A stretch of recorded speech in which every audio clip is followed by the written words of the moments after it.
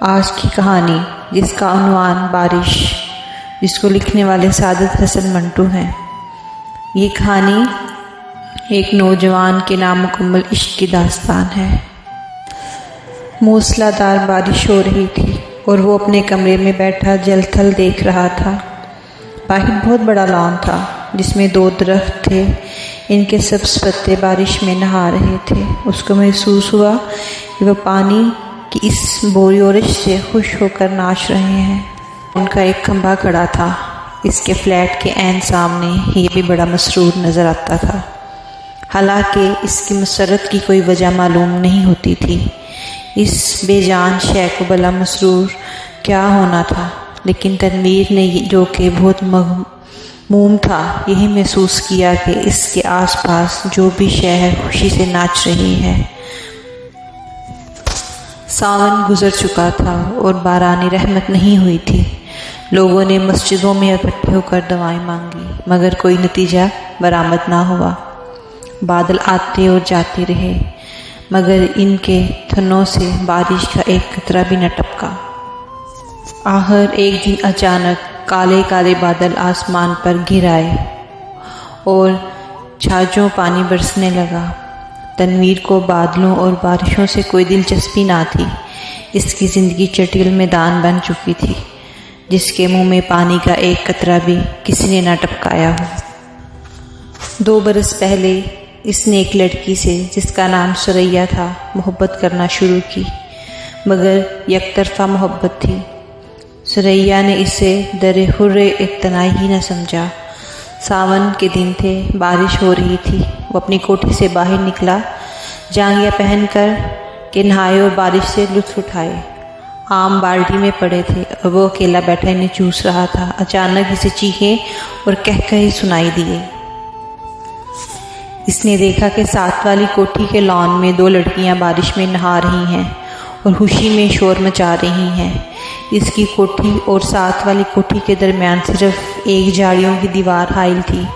تنویر اٹھا، آم کا رس چوستے ہوئے وہ باڑ کے پاس گیا اور غور سے ان دونوں لڑکیوں کو دیکھا۔ دونوں مہین ململ کے کرتے پہنے تھیں جو ان کے بدن کے ساتھ چپکے ہوئے تھے۔ شلوار چونکہ لٹھے کی تھی، اس لیے تنویر کو ان کے بدن کے نچلے حصے کے صحیح حد و حال کا پتہ نہ چل سکا۔ اس سے پہلے کسی عورت کو ایسی نظروں سے کبھی نہ دیکھا تھا جیسا کہ اس روز جب کہ بارش ہو رہی تھی اس نے ان دونوں لڑکیوں کو دیکھا۔ دیر تک وہ ان کو دیکھتا رہا جو بارش میں بھیگ بھیگ کر خوشی کے نعرے بلند کر رہی تھیں۔ تنویر نے ان کو پہلے کبھی نہیں دیکھا تھا، اس لیے کہ وہ طبعاً کچھ اس قسم کا لڑکا تھا کہ وہ کسی لڑکی کو بری نظروں سے دیکھنا گناہ سمجھتا تھا، مگر اس نے اس روز بڑی للچائی نظروں سے ان کو دیکھا ہی نہیں بلکہ ان کے گیلے بدن میں انگارہ بن کر برمے کی طرح چھید کرتا رہا۔ تنویر کی عمر اس وقت 20 برس کے قریب ہوگی۔ نا تجربہ کار تھا، زندگی میں اس نے پہلی مرتبہ نوجوان لڑکیوں کے شباب کو گیلی ململ میں لپٹے دیکھا تو اس نے یوں محسوس کیا کہ اس کے خون میں چنگاریاں دوڑ رہی ہیں۔ اس نے ان لڑکیوں میں سے ایک کو منتخب کیا، دیر تک اور غور کرتا رہا۔ ایک لڑکی بہت شریر تھی، دوسری سے کم۔ اس نے سوچا شریر اچھی رہے گی جو اس کو شرارتوں کا سبق دے سکے۔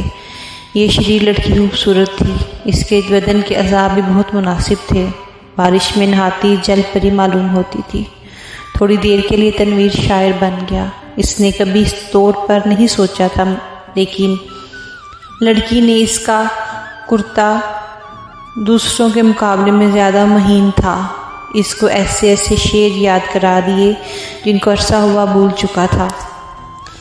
اس کے علاوہ ریڈیو پر سنے ہوئے فلمی گانوں کی دھنیں بھی اس کے کانوں میں گونجنے لگیں، اور اس نے باڑ کے پیچھے یہ محسوس کرنا شروع کیا کہ وہ اشوک کمار ہے، دلیپ کمار ہے یا پھر کامنی کوشل اور نلنی جیونت کا خیال آیا۔ مگر اس نے جب اس لڑکی کی طرف اس غرض سے دیکھا کہ اس میں کامنی کوشل یا نلنی جیونت کے حال نظر آ جائیں تو اس نے ان دونوں ایکٹریسوں پر لعنت بھیجی، اور وہ ان سے کہیں زیادہ حسین تھیں۔ اس کے ململ کے کرتے میں جو شباب تھا، اس کا مقابلہ اس نے سوچا کوئی بھی نہیں کر سکتا۔ تنویر نے آم چوسنے بند کر دی اور اس لڑکی سے جس کا نام پروین تھا عشق لڑانا شروع کر دیا۔ شروع میں اسے بڑی مشکلات پیش آئیں، اس لیے کہ اس لڑکی تک رسائی تنویر کو آسان نہیں معلوم ہوتی تھی۔ پھر اس نے اپنے والدین کا بھی ڈر تھا، اس کے علاوہ اسے یہ بھی یقین تھا کہ وہ اس سے ملتفت ہوگی یا نہیں۔ بہت دیر تک وہ انہی الجھنوں میں گرفتار رہا، راتیں جاگتا، جھاڑیوں کے پسکت جھاڑ کے پاس جاتا مگر وہ نظر نہ آتی، گھنٹوں وہاں کھڑا رہتا اور وہ بارش والا منظر جو اس نے دیکھا تھا آنکھیں بند کر ذہن میں دہراتا رہتا۔ بہت دنوں کے بعد آخر اس کو ایک روز اس سے ملاقات کا موقع مل گیا۔ وہ اپنے باپ کی کار میں گھر کے کسی کام کی گھر سے جا رہا تھا کہ پروین سے اس کی مٹ بھیڑ ہو گئی۔ وہ کار سٹارٹ کر چکا تھا، ساتھ والی کوٹھی میں سے تنویر کی خوابوں کی شہزادی نکلی، اس کے ہاتھ سے اشارہ کیا اور موٹر روک لے۔ تنویر گھبرا گیا، ہر عاشق ایسے موقعوں پر گھبرا ہی جاتا ہے۔ اس نے موٹر کچھ ایسے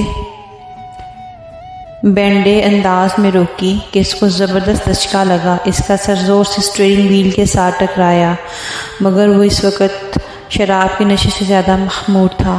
اس کو اس کی محبوبہ نے خود مخاطب کیا تھا۔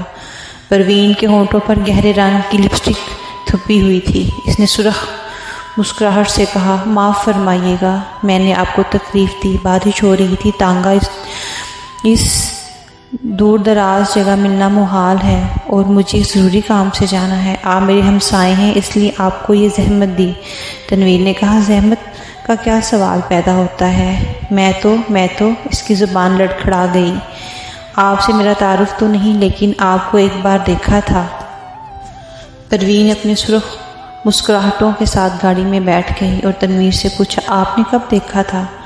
تنویر نے جواب دیا، آپ کی کوٹھی کے لان میں، جب آپ اور آپ کے ساتھ ایک لڑکی بارش میں نہا رہی تھی۔ پروین نے اپنے گہرے سرخ لبوں میں سے چیخ نما آواز نکالی، ہائے، آپ دیکھ رہے تھے؟ یہ گستاخی میں نے ضرور کی، اس کے لیے معافی چاہتا ہوں۔ پروین نے ایک اور ادا کے ساتھ اس سے پوچھا، آپ نے دیکھا کیا تھا؟ یہ سوال ایسا تھا کہ تنویر اس کا جواب نہیں دے سکتا تھا، آئیں بائیں شائیں کر کے رہ گیا۔ جی کچھ نہیں، بس آپ کو، میرا مطلب ہے 2 لڑکیاں تھیں جو بارش میں نہا رہی تھیں، خوش ہو رہی تھیں، میں اس وقت آم چوس رہا تھا۔ پروین کے گہرے سرخ لبوں پر شریر مسکراہٹ پیدا ہوئی، آپ آم چوستے کیوں ہیں، کاٹ کر کیوں نہیں کھاتے؟ تنویر نے موٹر سٹارٹ کر دی، اس کو سمجھ نہ آیا کہ اس سوال کا کیا جواب دے، چنانچہ وہ گول کر گیا۔ اس نے کہا، میں آپ کو کہاں ڈراپ کروں؟ پروین مسکرائی، آپ مجھے کہیں بھی ڈراپ کر دیں، میری وہی منزل ہوگی۔ تنویر کو یوں محسوس ہوا اسے اپنی منزل مل گئی ہے۔ لڑکی جو اس کے پہلو میں بیٹھی ہے اب اس کی ہے، لیکن اس میں اتنی جرأت نہ تھی کہ وہ اس کا ہاتھ دبائے یا اس کی کمر میں 1-2 سیکنڈ کے لیے اپنے بازو حائل کر دے۔ بارش ہو رہی تھی، موسم بہت خوشگوار تھا۔ اس نے کافی دیر سوچا، موٹر کی رفتار اس کے خیالات کے ساتھ تیز ہوتی گئی۔ آخر اس نے ایک جگہ اسے روک لیا اور جذبات سے مغلوب ہو کر اس کو اپنے ساتھ چپٹا لیا، اس کے ہونٹوں پر اپنے ہونٹ پیوست کر دیے۔ اس کو ایسا محسوس ہوا کہ وہ بہت ہی لذیذ آم چوس رہا ہے۔ پروین کو کوئی مزاحمت نہ کی، لیکن فوراً تنویر کو یہ احساس بڑی شدت سے ہوا کہ اس نے بڑی ناشائستہ حرکت کی ہے۔ وہ غالباً پروین کو اس کی یہ حرکت پسند نہ آئی، چنانچہ ایک دم سنجیدہ ہو کر اس نے کہا، آپ کو کہاں جانا ہے؟ پروین کے چہرے پر یوں ہفکی کے اثار نہیں تھے، لیکن تنویر یوں محسوس کر رہا تھا وہ اس کے خون کی پیاسی ہو۔ پروین نے اسے بتا دے کہ اسے کہاں جانا ہے۔ جب اس جگہ پہنچا تو اس سے معلوم ہوا وہ تو ڈنڈیوں کا چکلا ہے۔ جب اس نے پروین کو موٹر سے اتارا تو اس کے ہونٹوں پر گہرے رنگ کی مسکراہٹ بکھر گئی۔ اس کے کولے مٹکا کر ڈیٹھ قصبیوں کے انداز میں اس نے کہا، شام کو میں یہیں ہوتی ہوں، آپ کبھی تشریف لائیے گا۔